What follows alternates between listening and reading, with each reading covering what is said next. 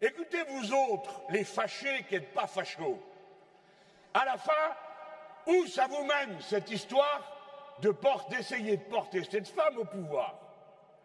Où y trouvez-vous quoi que ce soit dans ce qu'elle dit ou ce qu'elle fait qui ne soit pas entièrement teinté d'une sorte de mépris de classe? Regardez, elle me répond à propos du blocage des prix. On lui dit, est-ce que comme M. Mélenchon et le programme L'Avenir en commun, vous demandez le blocage des prix? Ben, je peux vous dire pourquoi je veux le blocage des prix. Ce n'est pas de l'idéologie. Je dis que des millions de Français sont pris à la gorge par l'explosion des prix de la vie quotidienne et des prix des carburants. Des millions de Français. Alors le rôle de ceux qui prétendent les diriger et diriger la nation, c'est de s'en préoccuper. J'ai lu que 37% des personnes étaient obligées, puisqu'elles n'y arrivent plus, à sacrifier d'abord les produits de première nécessité hygiénique.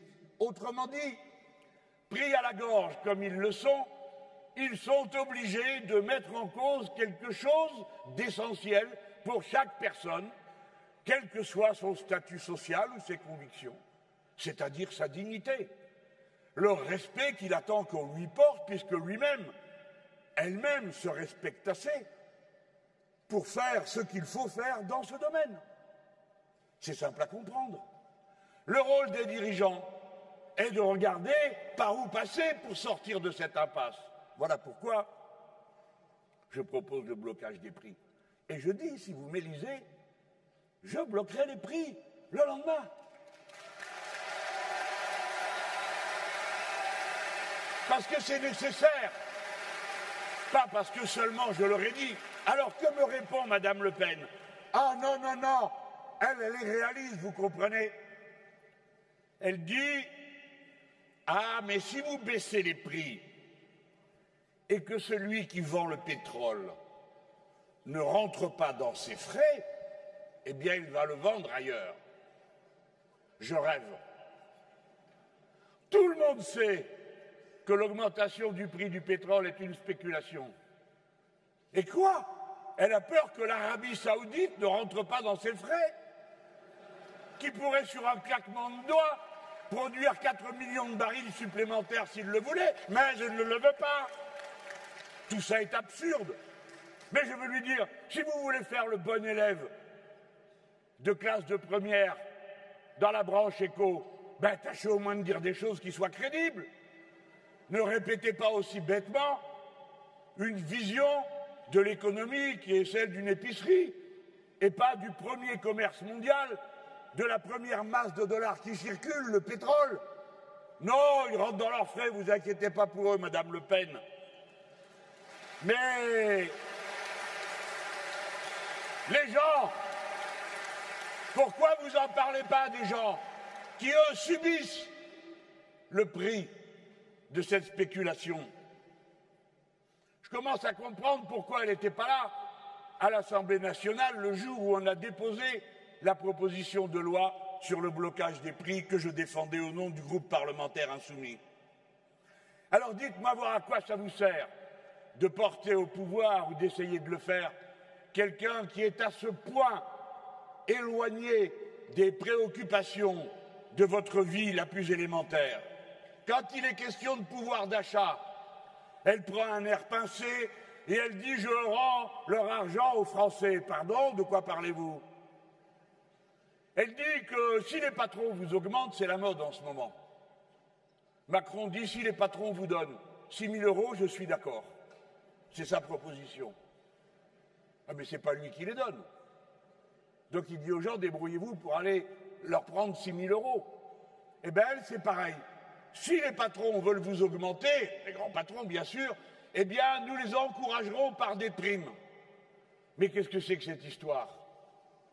Vous serez payé si l'autre veut bien. Mais ce n'est pas le sujet. S'il voulait bien, ça se saurait. On l'aurait déjà vu.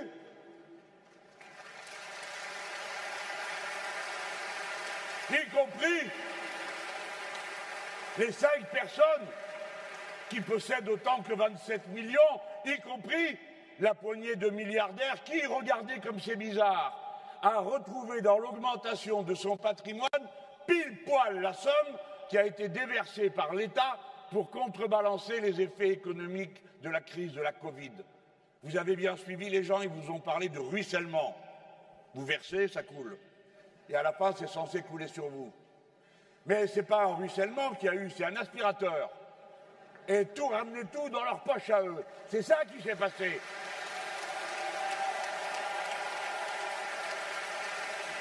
Et comme ça, en comptant sur les ballots qui sont fâchés mais pas fachos, eh bien, elle a annoncé une chose très simple, c'est que tous ceux qui gagnent plus de 3 800 € par mois, s'il vous plaît, bien les patrons, le patronat n'aura plus de charges patronales à payer sur les salaires. C'est pas incroyable? Autrement dit, elle paye les gens avec leur propre argent. Et je veux le dire pour que ça soit bien compris une bonne fois pour toutes. Les cotisations sociales sont du salaire différé. Ce n'est pas un cadeau qu'on vous fait, c'est votre argent. Et quand ils proposent, comme ils disent, de vous les rendre, c'est parce qu'ils vous les auront pris avant. Et qu'à la fin, vous devrez quand même les compenser par vos impôts. Voilà quelle est la mystification dans laquelle des milliers et des milliers de gens se laissent embarquer parce qu'ils n'y réfléchissent pas plus que ça. Et puis, quand il s'agit du peuple, alors aussi il faut penser aux enfants du peuple. J'ai lu qu'elle veut renoncer, elle a dit, à l'objectif dépassé de 80% d'une classe d'âge au bac. Ah oui, et pourquoi? Nous avons besoin d'une jeunesse formée au plus haut niveau possible. Nous en avons besoin pour faire face au futur. Plus ils vont à l'école dans de bonnes conditions, plus on est content. Et elle dit, je voudrais que 40% de la jeunesse aille dans l'enseignement professionnel. Vous voyez, c'est là qu'on voit comment les gens pensent. Il y a déjà un truc qu'elle ne sait pas. C'est qu'il y a déjà 50% de la jeunesse d'une même cohorte qui est ou dans l'apprentissage, ou en classe techno, ou en classe professionnelle. Comme elle ne connaît rien au peuple que de loin, elle ne sait pas où il est. Et où sont ses enfants? Elle dit,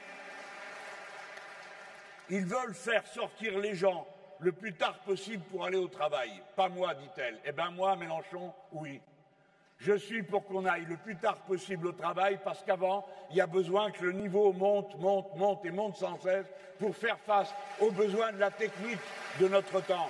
Parce que tout ce que ces gens-là ne savent pas, c'est que tout métier aujourd'hui est une science pratique. Ce que ces gens ne savent pas, c'est qu'une machine aujourd'hui, elle a un cycle de vie de 5 ans et avant c'était 10 ans. Si vous n'élevez pas le niveau de compréhension, de connaissance générale, alors vous n'êtes pas en état de faire fonctionner tout ça. Voilà tout ce qu'ils ne savent pas sur les conditions réelles de vie du peuple et des métiers et du professionnalisme. Eh bien moi, je ne suis pas content qu'il n'y ait que 52% des élèves, c'est-à-dire à peine la moitié, qui est dans la voie professionnelle, qui arrive jusqu'au bac professionnel. Nous avons besoin qu'en 4 ans, on acquiert pour 80% d'entre eux le bac, parce qu'on a besoin d'eux, comme on a besoin de leur père et de leur mère déjà, au plus haut niveau de formation. Non, vraiment, je ne comprends pas ce qui se passe. Par exemple, elle dit qu'elle va créer un nouveau droit civil pour les animaux. Je vous parle des animaux parce que tout le monde m'a dit « Ah, t'as vu, Madame Le Pen, on la voit avec des chats. » Alors, moi, j'ai pas de chat, j'ai qu'un cactus. C'est moins sympa pour Instagram. Mais moi, ça m'a saoulé. Ça va, j'ai compris. J'aime les chats, j'en ai eu, je peux pas, j'habite Paris. Pour l'instant, et à Marseille, pareil. Un appart. Bon. Mais alors la voilà, qui tout d'un coup est repeinte en animaliste. Ah, erreur! C'est le programme L'Avenir en commun qui est un programme animaliste. Émeric Caron, C'est avec nous qu'il n'est pas avec elle.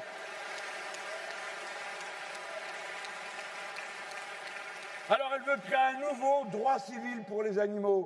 Mais qui c'est qui va lui dire que c'est déjà fait depuis 2015? Les animaux ne sont plus des choses, ne sont plus des biens immobiliers, mais des créatures douées de sensibilité. C'est la loi, elle n'est même pas au courant. Elle vous propose d'appliquer la loi, la belle affaire. Mais alors, l'ami des chats, là, et sur les fermes-usines, parce que nous, on va les fermer, les fermes-usines. Qu'est-ce qu'elle dit? Rien. Et sur le broyage de 50 millions de poussins vivants chaque année, rien. Nous, on arrêtera ça immédiatement.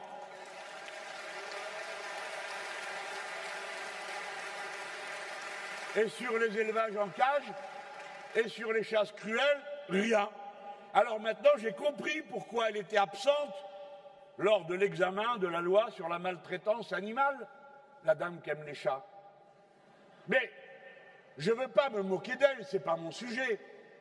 Mon sujet, c'est de convaincre ceux qui croient à cette mystification, de leur dire, vous êtes en train de vous faire avoir, vous en avez pas marre de lire des gens qui vous crient un coup, la finance est mon ennemi et font le contraire, et l'autre qui dit, ah moi je suis pour le peuple, et qui fait exactement le contraire, jusque dans son propre programme, c'est écrit. Ras-le-bol.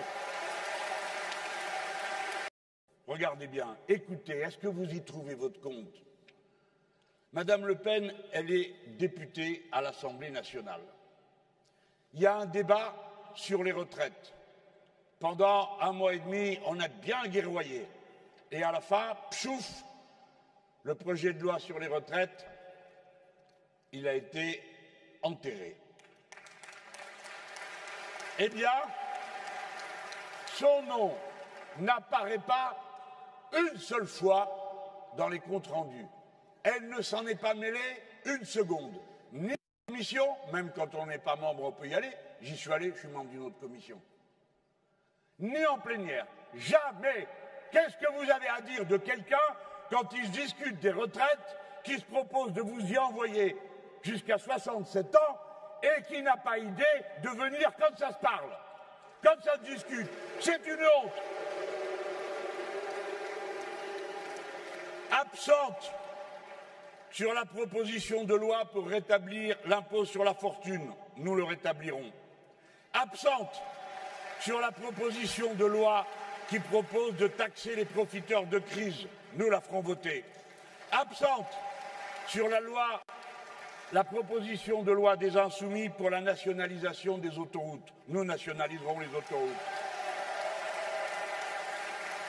Absente sur la proposition de loi qui proposait de donner le RSA aux jeunes gens de 18 à 25 ans. Il y aura, comme vous le savez, un dispositif. Absente lors des débats et du vote sur la loi qui a créé Parcoursup. Nous supprimerons Parcoursup.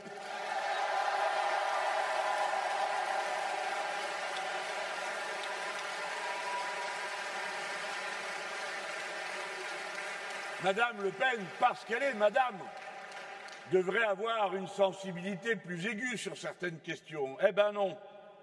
Absente lors de l'examen de la loi contre les violences faites aux femmes en décembre 2019.